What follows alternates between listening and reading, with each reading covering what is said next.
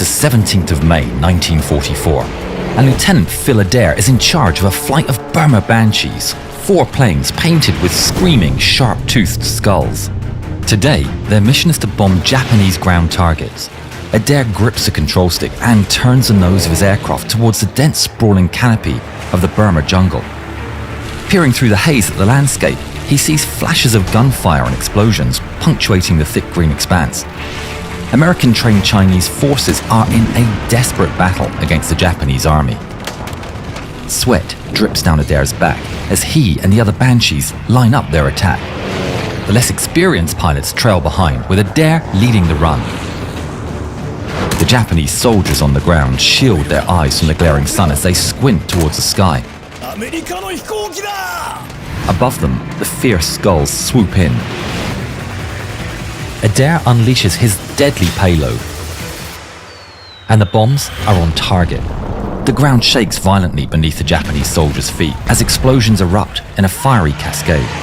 As Adair pulls up and his nose is pointing at around 45 degrees, he looks up and sees Japanese planes.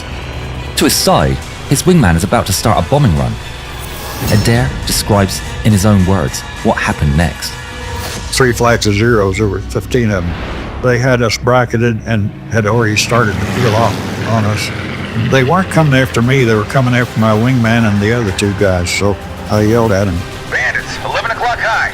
Adair is an experienced pilot, but his wingman, O'Connor, who Adair affectionately called Little Okie, doesn't have the benefit of Adair's experience. I called him and I said, "Little Okie, make sure you've got your tanks and your bombs off." And turn right into the clouds to get away from the Zeros.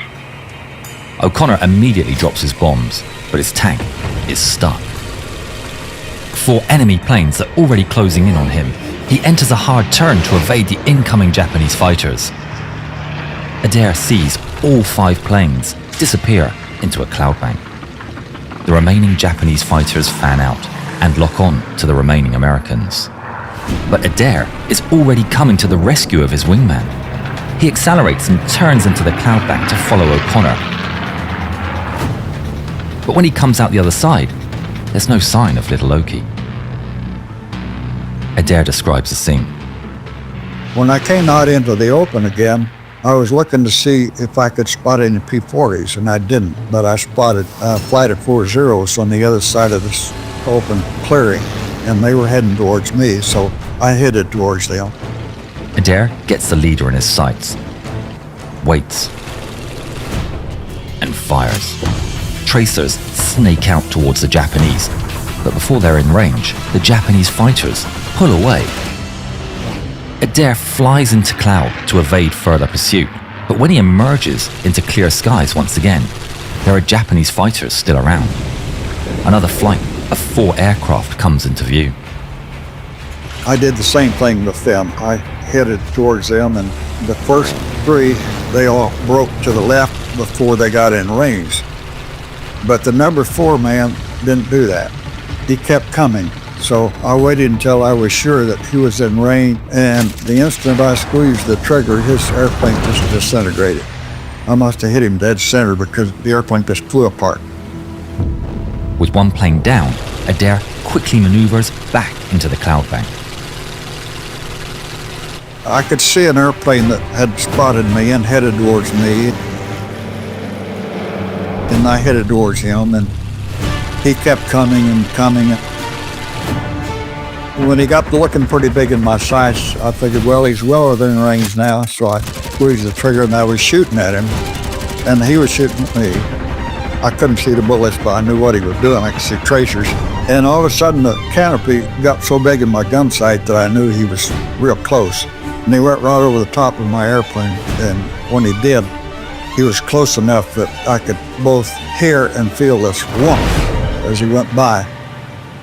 As he went by, I rolled over and started to get down to a lower level, and as I did, when I was upside down, I could see a Zero that was painted a bright green on the top, shiny as could be. Whoa, that's cool. So after he went by, I looked and there was a Zero come from the other direction down lower than me. Using the advantage of altitude, Adair turns the plane and expertly swings in towards the rear of the Japanese fighter. the Japanese Hayabusa, or peregrine falcon, drifts towards Adair's sights. And Adair catches the Japanese plane with a deflection shot. The wing disintegrates and the fuselage rolls over, plummeting towards the rocks below. So I knew that was two that I had shot down there, and I had shot at several others, and no idea whether I'd hit them or not. Adair is now on his own and in the open. At this stage, he's pretty shot up and fuel is running low. He needs to get back to base. Turning to the north and home, he's horrified to see 5 more Japanese planes. Outnumbered and without an altitude advantage, all Adair can do is turn and run. The stick trembles in Adair's hand as he guides his wounded P-40 to the south. Oh, man. The Japanese planes catch up fast. Their tracers are streaking past Adair's cockpit in deadly arcs. He throws his P-40 into a last resort defensive maneuver, pulling hard on the controls until the plane shudders around him. The world becomes a blur of metal and sky as he twists and rises through the air, desperately trying to shake off his pursuers.